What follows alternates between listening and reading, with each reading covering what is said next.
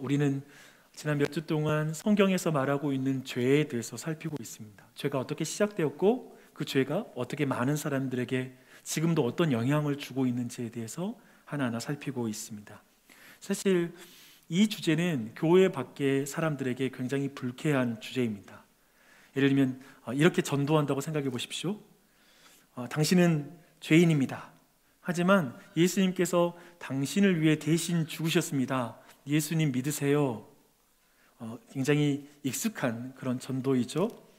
근데 이런 말을 들은 이는 아마도 당신이 뭔데 나한테 다짜고짜 죄인이라고 말하느냐, 그리고 누가 나를 대신해서 죽어달라고 내가 부탁한 적이 있냐, 어쩌면 이렇게 항변할 수도 있을 것 같습니다. 두 가지가 이해가 안 되는 것이죠. 첫째, 다짜고짜 모든 사람을 죄인이라는 한 카테고리 안에 넣는 것이 약간은 불편하고 불공평하게 느껴집니다. 정인이를 학대한 부모와 그리고 나 자신은 내 아이들을 끔찍하게 아끼면서 아이를 위해서 희생하고 있는데, 그런 부모와 나를 한 카테고리에 넣어서 죄인이라고 부르는 게 못마땅스럽습니다. 또 한 가지는 누가 내가 당할 형벌을 대신한다는 것이 불쾌합니다. 그래서 어떤 이들은 만약에 내가 내 죄로 지옥에 가야 한다면 나 누구한테 부탁하지 않고 쿨하게 난 지옥 가겠어 라고 이렇게 자신감 있게 말하는 사람들도 있습니다. 그리고 그런 이들이 교회와 그리고 복음을 전하는 사람들에게 향해서 짜증내면서 하는 말은 아마도 이런 말일 것 같습니다. 우리를 죄인이라고 말하는 그대들은 정말 잘 살고 있습니까? 우리랑 특별히 다르게 살고 있습니까? 내 주변에 정말 재수 없는 사람들, 그 사람들의 종교 배경을 보면 꼭 기독교인들이 많더라고요. 너무 신기해서 곰곰이 생각해 봤습니다. 도대체 이렇게 많은 기독교인이 이런 문제를 가지고 있다면 이거 기독교 근본 교리 자체가 문제가 있는 것은 아닌가, 그런 생각이 듭니다. 자신의 죄를 예수님이 다 용서해 주신다고 생각하니까 삶에 대한 책임감이 없는 것 아닌가요? 또 오직 믿음으로만 천국에 간다고 그렇게 가르치니 그리스도인들의 삶이 엉망인 것 아닙니까? 이 말은 사실 제가 상상해서 한 말이 아니라 저희 큰형님이 예전에 했던 말입니다. 목회자 가정을 배경으로 성장한 정인이의 양부모, 또 그들이 쓴 그 감사 노트가, 지난주에 제가 그 기사를 봤는데 감사 노트에다가 글을 쓴 거 봤거든요. 그런 거 알려지면서 사실 우리는 근본적으로 기독교 자체에 뭔가 문제가 있는 거 아닌가? 기독교의 교리 자체가 사람들의 삶을 뭔가 엉망으로 만드는 건 있지 않나? 라는 그런 의구심을 갖게 됩니다. 특히 오직 은혜로만 구원을 받는다 라고 말하는 이 급진적인 성경의 주장에 대해서 의구심을 갖게 되는 것입니다. 갈라디아서 3장이 바로 그 주장을 하고 있습니다. 쉬운 성경 번역으로 제가 한번 읽어드릴게요. 오늘 5절 말씀이에요. 여러분이 율법을 지켰기 때문에 하나님께서 성령을 주셨습니까? 아닙니다. 여러분이 율법을 지켰기 때문에 하나님께서 여러분 가운데서 기적을 일으키셨습니까? 아닙니다. 하나님께서 성령을 주시고 기적을 일으키신 것은 여러분이 복음을 듣고 믿었기 때문입니다 라고 이렇게 말하고 있습니다. 이런 말씀에 즉각적으로 우리 안에 떠오르는 질문이 있습니다. 이런 것이죠. 내가 오직 예수님의 행위로 구원을 얻는다라면 왜 내가 선한 행위를 힘써 행해야 되는 것이지? 우리가 가장 먼저 튀어오르는 질문이 그런 것입니다. 왜 내가 그렇게 말씀을 이렇게 듣고 또 제대로 이해하려고 하고 이걸 지키려고 왜 내가 노력해야 되지? 구원은 그냥 믿음으로 구원받는데? 신자로서 자신의 삶을 진지하게 돌아보는 이런 성경의 진리를 대하면 정말 우리 안에 내적인 고민이 있습니다. 이런 말씀이 적극적인 삶을 살지 못하게 하는 말씀처럼 느껴집니다. 책임감 있는 삶을 살지 못하게 만드는 거 아닌가라는 생각이 드는 것이죠.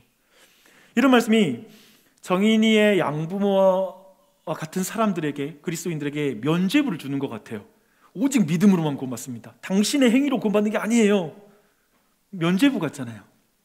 그래서 그리스도인들이 실질적인 삶에 좀 더 책임감 있게 행동해야 된다라는 걸 사람들이 주장하고 이제 반대로 그 편을 강조하는 흐름이 있는 것 같습니다.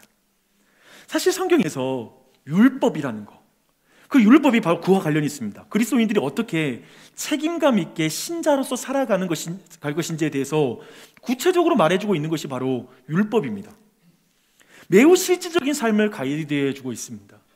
예를 들어 부모님을 포함해서 윗사람과 어떻게 관계할 것인지, 아니면 부부 사이는 어떻게 해야 될 것인지, 그리고 자녀를 포함해서 아랫사람들과 어떻게 관계할 것인지, 그리고 돈을 포함한 우리의 모든 소유를 어떤 식으로 사용해야 될 것인지에 대한 중요한 원리와 가이드라인을 분명히 성경은 제공해 주고 있습니다. 우리는 지난 몇 주 동안에 그런 의미에서 10계명의 내용을 하나하나 살피면서 하나님의 법에 대해서 한번 배웠습니다. 그리고 그것을 어기는 우리 안에 고질병이 뭔지, 죄라는 게 무엇인지, 그런 부분도 우리는 살펴봤어요.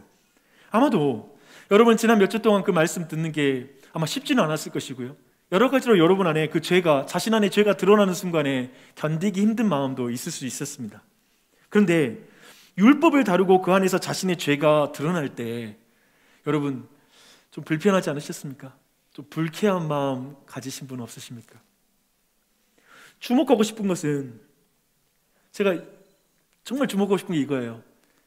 정인이 양부모의 신자답지 못한 삶에 불쾌했던 사람이 이번에는 내가 지켜야 할 율법에 대해서 말하는 설교가 또 불편하다는 것입니다.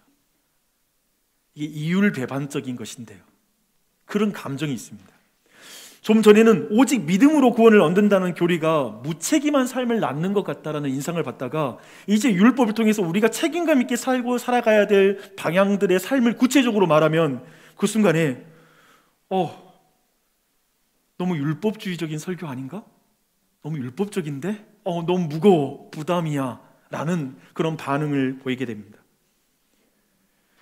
우리는 율법의 행위가 아니라 오직 은혜로 구원받는데요 라는 말을 하고 싶어집니다. 이것도 지금 복음과 율법에 대해서 어쩌면 내로남불적인 그런 생각을 갖는 것 같습니다. 그런 태도를 우리는 가지고 있는 것 같습니다. 그런데 이 주제가 그렇게 단순하지는 않습니다. 한번 생각해 보십시오.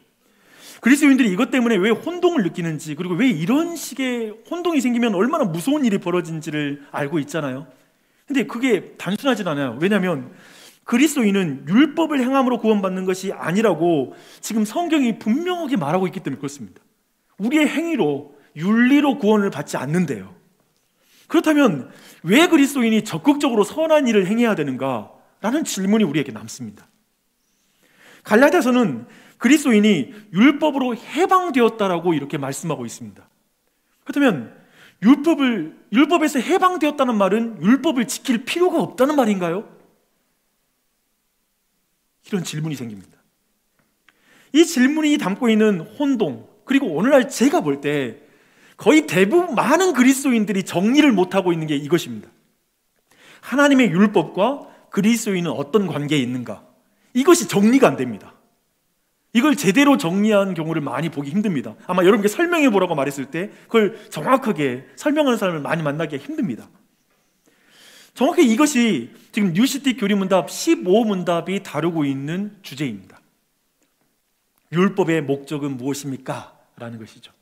오늘 이것을 살핌으로 그리스도인과 그리고 율법에 대해서, 삶에 대해서 한번 생각해 보도록 하겠습니다. 이 내용은 방금 전에 제가 서론에서 다뤘던 모든 문제들 있잖아요. 우리가 가지고 있는 질문들, 그런 질문에 대한 직접적인 대답들이 이 안에 다 들어있습니다. 그 내용을 한번 하나하나 보시겠습니다.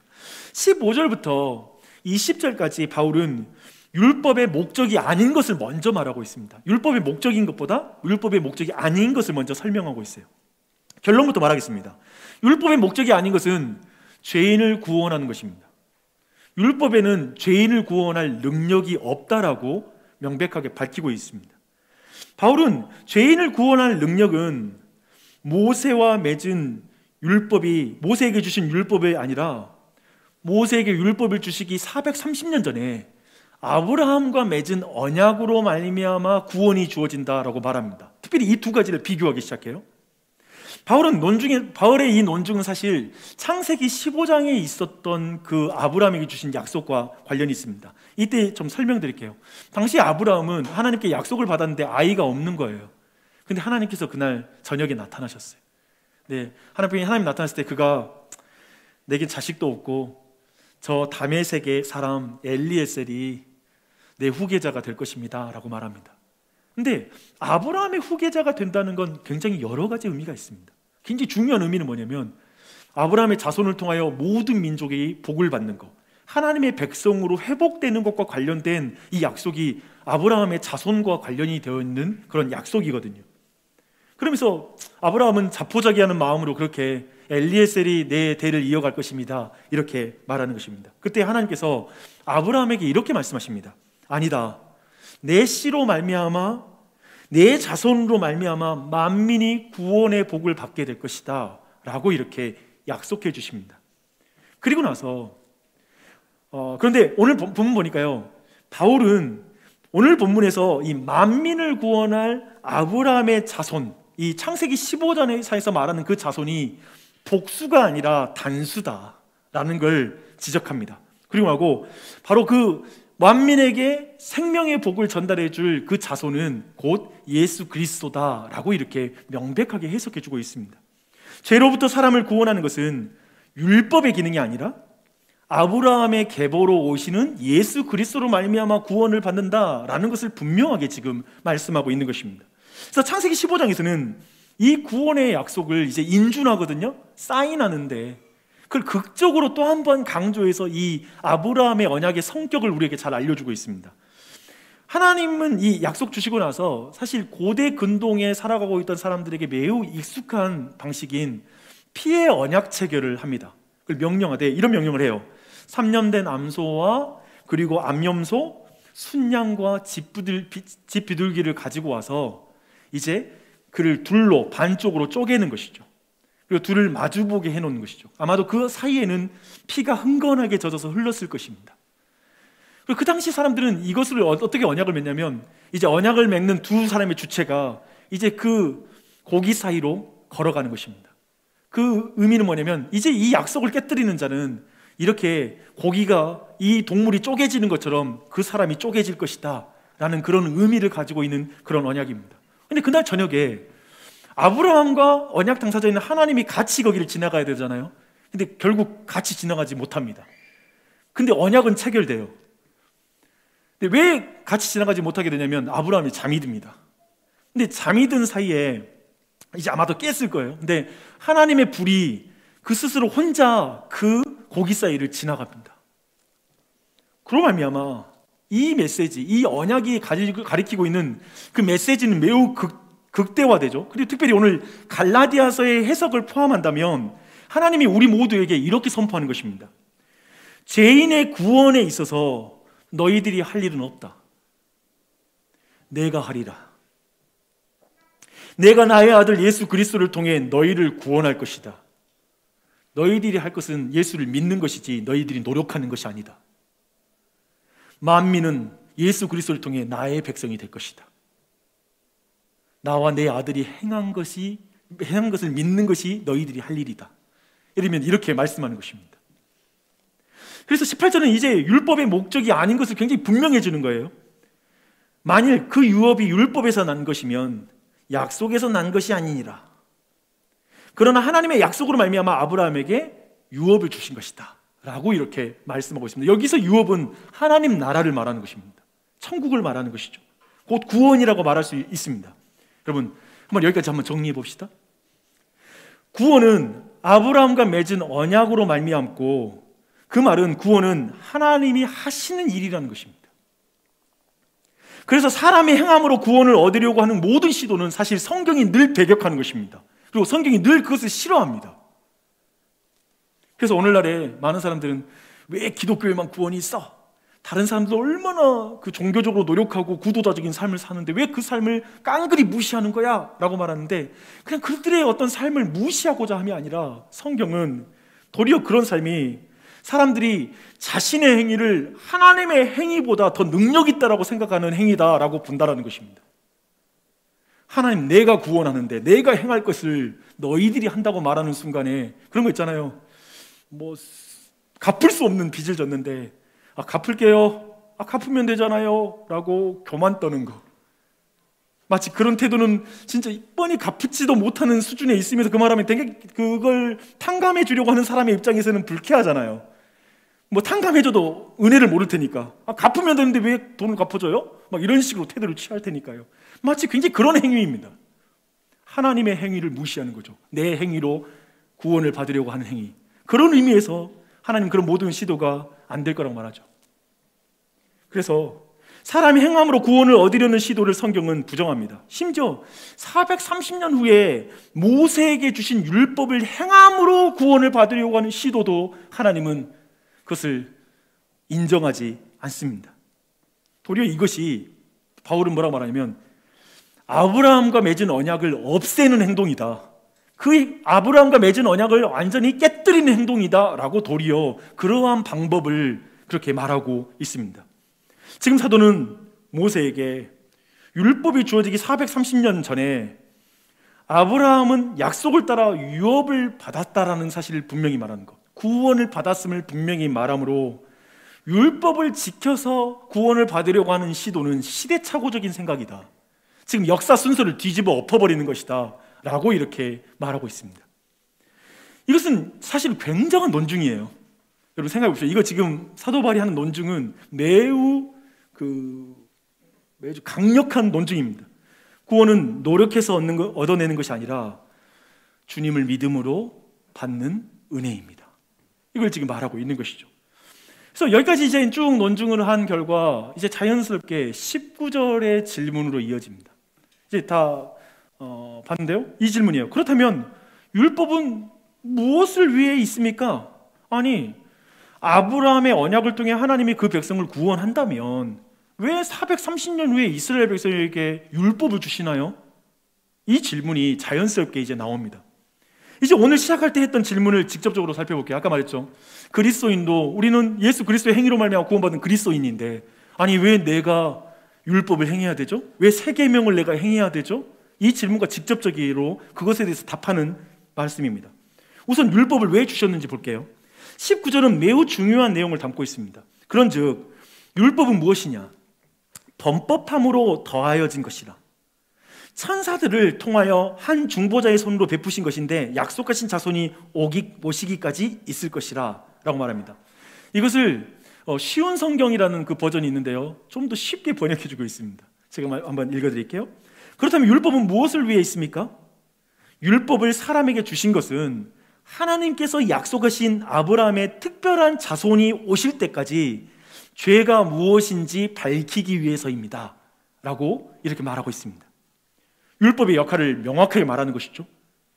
율법은 아브라함과 맺은 그 언약과 충돌하지 않습니다.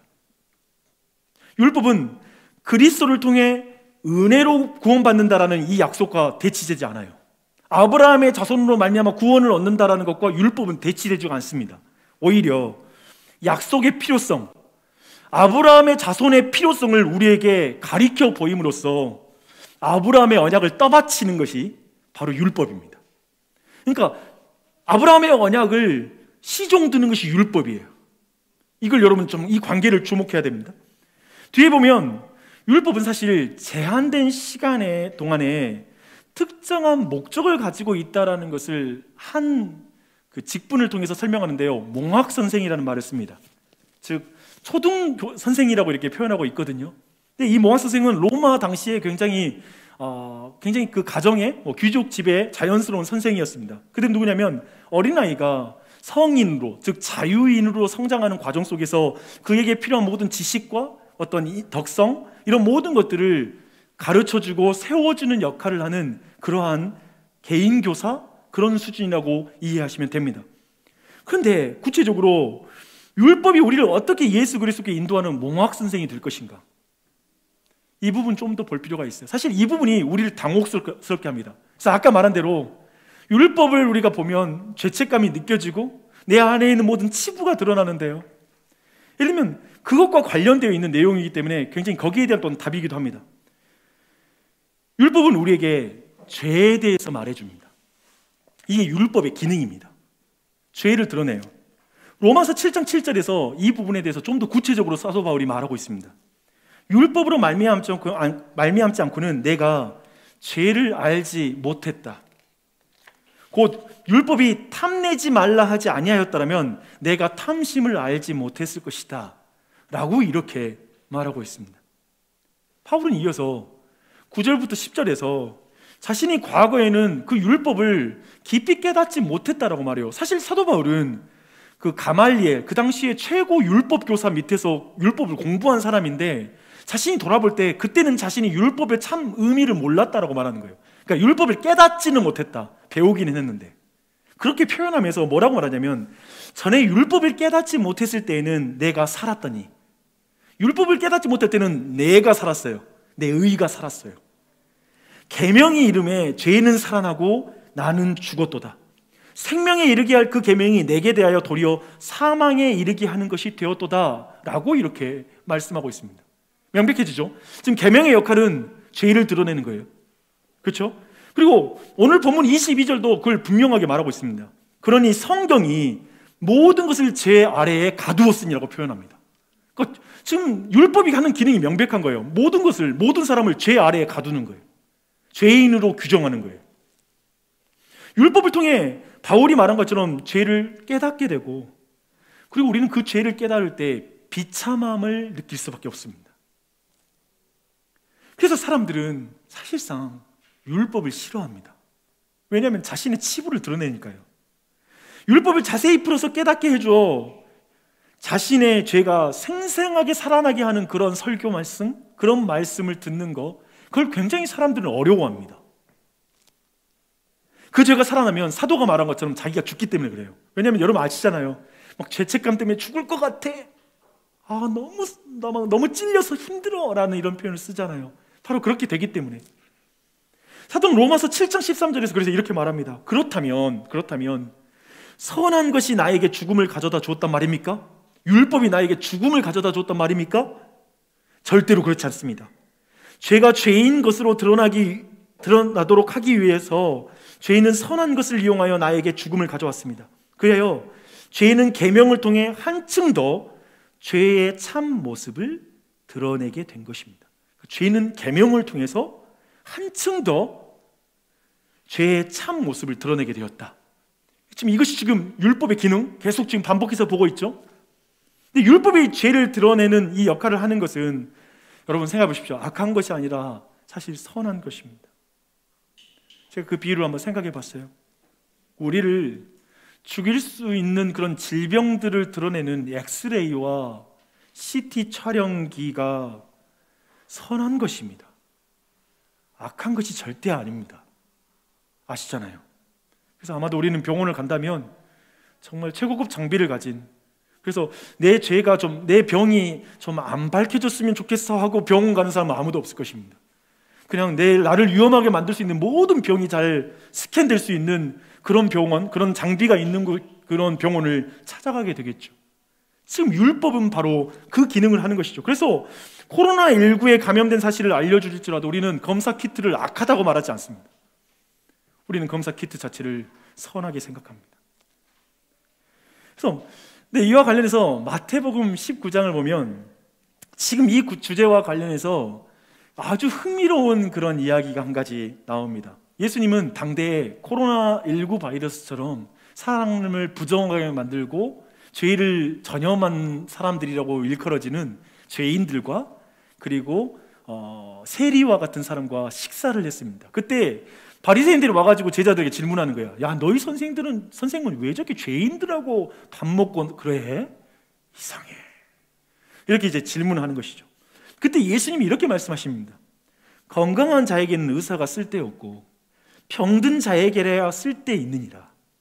너희는 가서 내가 긍휼을 원하고 제사를 원하지 아니하노라 하신 뜻이 무엇인지 배우라. 나는 의인을 부르러 온 것이 아니요 죄인을 부르러 왔노라 하시니라. 맞습니다. 그래서 이제 율법의 기능은 명백합니다. 율법을 통해 자신의 죄가 살아나고, 그래서 자신이 치명적인 죄에 전염되어 죽을 수밖에 없는 존재라는 사실을 깨달고 나서 예수 그리스도께 달려가 나를 구원해 주십시오 라고 만드는 게 율법의 기능이라는 것입니다. 다르게 말하면 이 말은 다른 말입니다. 이렇게 표현할 수 있습니다. 더 이상 구원을 얻기 위해 자신을 의지하지 않는다는 말입니다. 자신을 신뢰하지 않는다는 말입니다. 내가 조금만 노력하면 구원받을 수 있을 것 같아. 내가 조금만 어떻게 노력하면 나는 진짜 행복에 이를 수 있을 것 같아. 이렇게 생각하지 않는다라는 것이죠. 아니, 나는 내 행함으로 구원을 얻을 수 없어. 나에겐 예수님의 도움이 필요해. 라는 그 결론에 도달한다는 것입니다. 그래서 이제 사람들은 예수님께 나와서 죄로부터 어떻게 벗어나는지, 아니면 내가 어떻게 해야, 뭘 해야 영생을 얻는지에서 질문하기 예수님께 오는 게 아니라, 주여, 저는 죄인입니다. 저는 주님의 기준대로 살 수 없습니다. 하지만 주여, 주님만이 나를 구원할 수 있는 줄 믿습니다. 나를 도와주소서. 이렇게 하기 위해서 우리는 예수님께 다가가는 것이죠. 그 안에 율법의 기능이 있습니다. 그렇게 우리는 예수 그리스도 안에서만 하나님의 아들이 될 수 있다는 걸 성경은 말하고 있습니다. 이제 마지막 질문에 들어갈 차례예요. 이제 우리가 마지막 질문 들어가고 뭐냐면, 그렇다면 우리는 율법에 해방된 그리스도인입니다. 율법 아래 있지 않아요. 그렇다면 우리는 율법을 지켜야 됩니까? 아니면 지키지 않아도 됩니까? 이 질문입니다. 구원은 따놓은 당상이니 이제 우리는 아무렇게나 살아도 괜찮습니다 라고 말할 수 있습니까? 그렇게 가다가는 어떤 아까 말했던 그런 비참한 부부처럼 될 것 같기도 하고. 어떻게 살아야지? 구원에 있어서 예수님의 행위가 중요하고 나의 행위는 중요하지 않다면 도대체 선한 삶을 열심히 살아야 될 이유는 무엇입니까? 너무 중요한 질문입니다. 저는 근데 이 부분에 있어서 많은 그리스도인들이 어떻게 선한 삶을 살아가야 할지에 대한 그 동기, 모티브가 어떻게 그것이 우리 안에 작동할 것인지에 대해서 우리 안에 많은 오해가 있고 여기에서 방황이 있다고 생각합니다. 우리 전 세대를 한번 보십시다. 우리의 믿음의 선배이기도 하고 부모님 세대이기도 합니다. 제가 볼 때 그 전 세대에 있어서는 율법을 행하는 가장 강력한 동기는 율법주의와 기복주의였습니다. 율법주의는 기복주의와 똑같은 내용이긴 한데요. 다만 이런 것이죠. 말씀에 순종하면 이 땅에서 살아있는 동안 복을 많이 받을 거야. 그리고 죽어서도 복을 받아. 그러니까 말씀 지켜야 돼.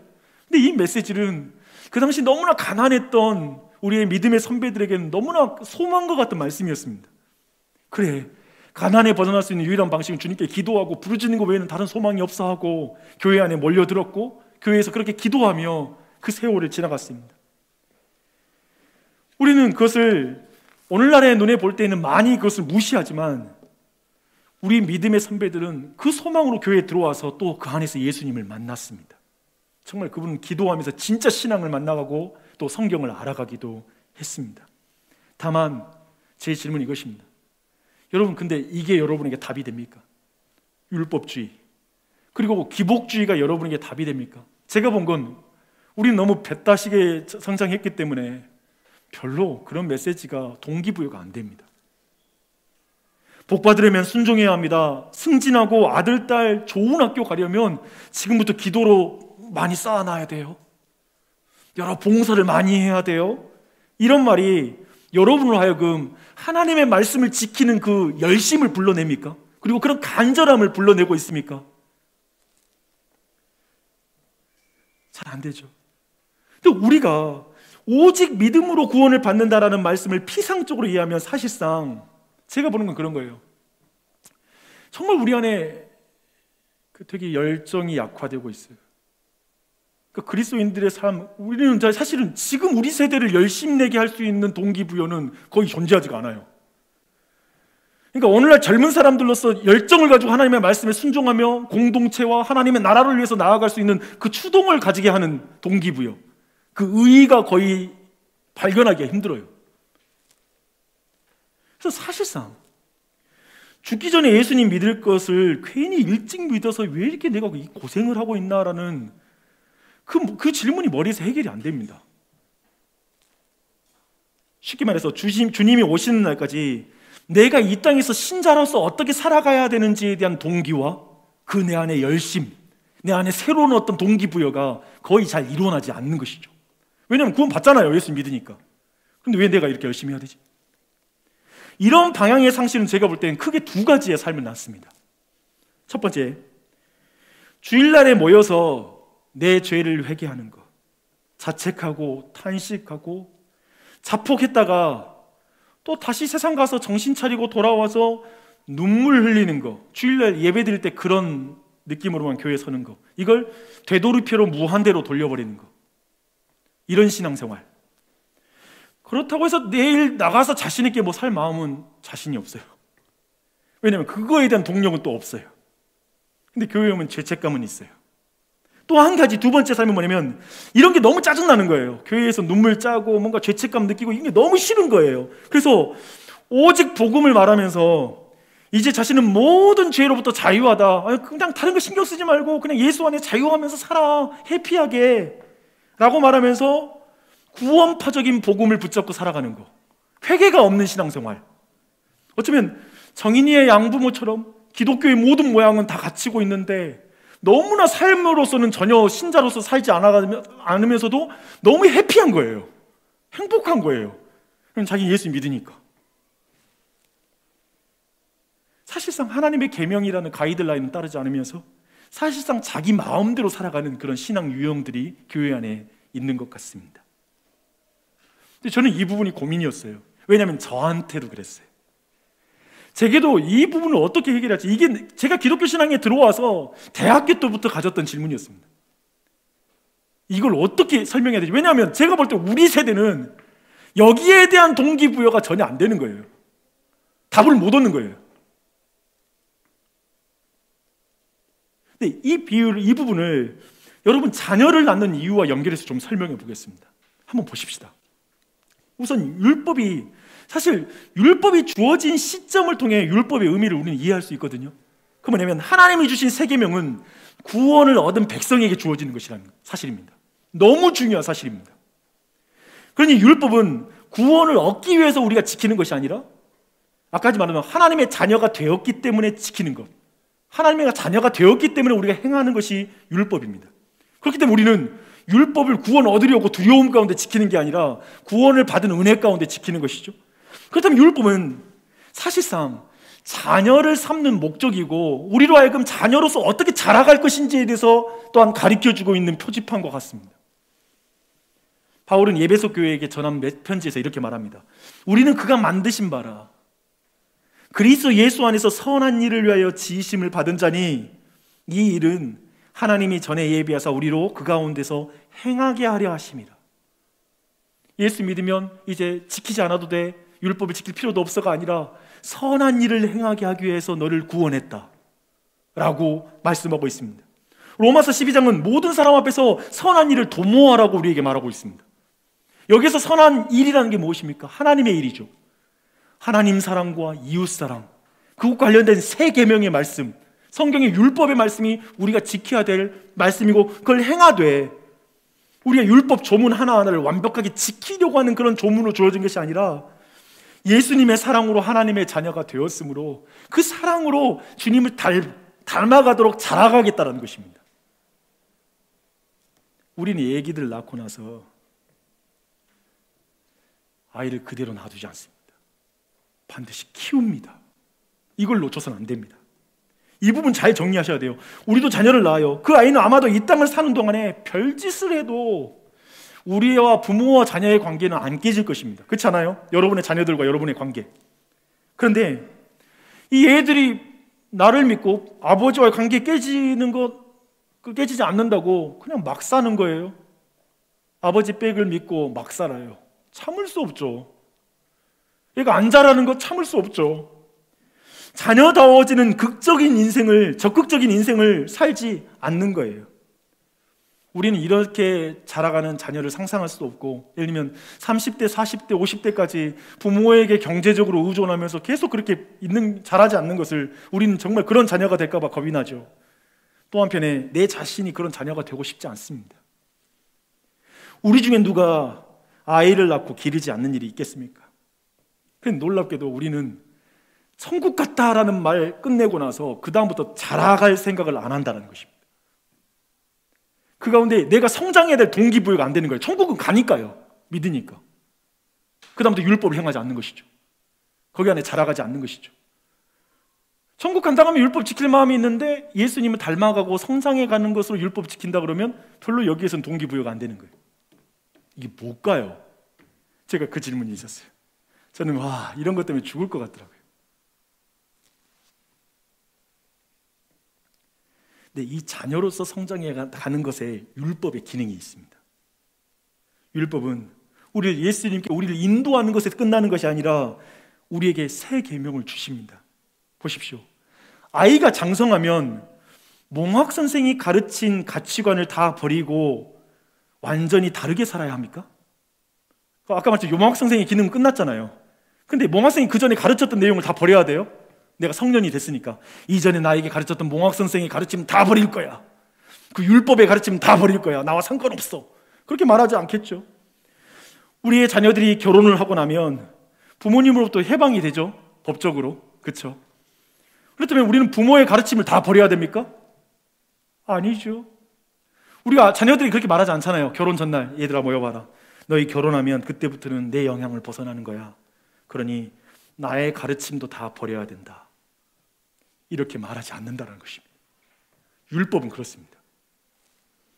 그것이 자녀 양육의 목적이 아니잖아요. 우리가 어려서부터 아이들을 양육하는 목적은 그 가르침 하나하나가 나중에 성년이 되었을 때도, 그리고 아버지의 그늘로부터 벗어났을 때에도 그 가르침이 여전히 그에게 유효한 가르침, 사람답게 살아가는 삶에 대한 방향이지 않습니까? 율법은 예수님께로 우리를 인도하지만 또한 예수님을 따르는 삶을 우리에게 알려줍니다. 이 말은 우리가 아브라함의 씨를 통해 구원받았으니 그 안에서 율법을 지켜야 한단 말입니다.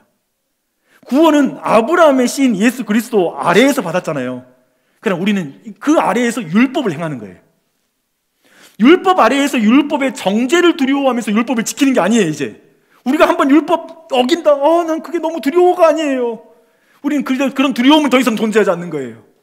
예수 그리스도 아래에서 두려워하지 않고 우리는 하나님의 말씀을 지키는 자리로, 기쁨으로 율법을 지키는 자리로 나아갈 수 있게 되었단 말입니다. 제가 이거에 대해서 동일한 의미인데 제가 두 가지 비유로 이 내용들 전체 내용을 좀 요약해 볼게요. 이제 이 내용을 좀 잘 이해하시면 돼요. 여러분, 이 세상이 한번 축구장이라고 생각해 봅시다. 그리고 그곳에 사람들이 그 축구장에서 뛰는 선수들이에요. 경기장에는 선이 그어져 있습니다. 선 밖으로 나가면 아웃이고요. 또 골키퍼도 골 에어리어라는 그 선 밖으로 나가서 손을 사용하면 안 됩니다.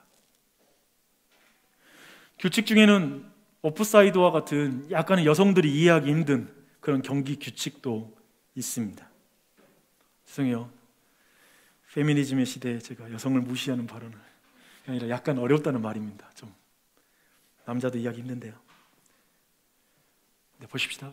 만약에 난 자유롭게 축구를 하고 싶어, 내가 왜 이런 규칙 따위에, 이 선 따위에 내가 제약이 돼야 되자고 선을 지워버리면, 그리고 경기 규칙 따위를 신경 쓰지 않는다면 어떻게 될까요?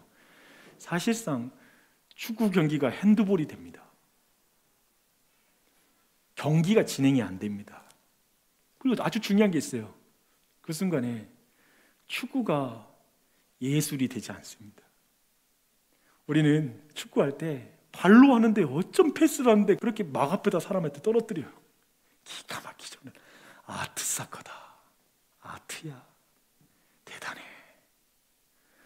규칙이 없는 데서 자유롭고 명품이 나오는 게 아니라 규칙 안에서 진짜 멋있는 장면과 정말 입을 떡 벌어지게 하는 일이 벌어지죠. 규칙이 없다면 예술이란 사라집니다. 이해되시죠? 근데 세상을 보니까, 우리가 사는 세상을 보니까 사람들이 금을 지워버리고 선을 지워버리고 막 금 밟고 던지고 그러는데 다들 환호하고 좋아해요. 규칙을 지키지 않아요. 선을 멋대로 바꿔요. 그러면서 골 넣었다고 막 손으로 던져서 넣었다고 막 환호하고 있어요. 아무튼 넣기만 하면 되는 거 아니냐고 라고 말합니다. 우리는 그런 걸 보면서 우리가 사는 이 세상이 기울어진 운동장이구나 라는 생각이 듭니다. 내가 하나님의 신자로서 규칙 지켜봤다 뭐하나? 내가 하나님의 율법을 지키고 하나님의 법을 지켜가는 게 무슨 의미가 있나? 세상 사람처럼 똑같이 살고 싶다. 나도 내 선을 바꿔버리고 싶고 규칙도 다 바꾸면서 저들과 똑같이 살고 싶다. 어차피 골만 넣으면 되는 거 아닌가 라고 생각하는 것이죠. 하나님이 우리에게 목적하는 예술적인 삶을 버려버린 것입니다. 하나님의 법 아래에서의 자유함, 하나님의 신자됨으로써 살아가는 그 명예로운 길, 진짜 발로 저렇게 멋지게 띄우는 거, 갑자기 중간에 들어와서 손으로 딱 잡는 순간에 경기 망치잖아요. 근데 그리스도인들은 그 규칙을 지키는 거예요. 세상 별짓 다 해도 난 하나님 말씀대로 산다. 근데 그것이 고통이고 그것이 고난이란 말입니다. 이 땅에 살아가는 신자의 삶은 그래서 고단합니다. 더 고단해요. 그냥 인생도 힘든데 하나님의 말씀을 지켜나간다는 건 고단하고 힘든 일이죠. 근데 그게 예술이라고요. 명예로운 것이라고요.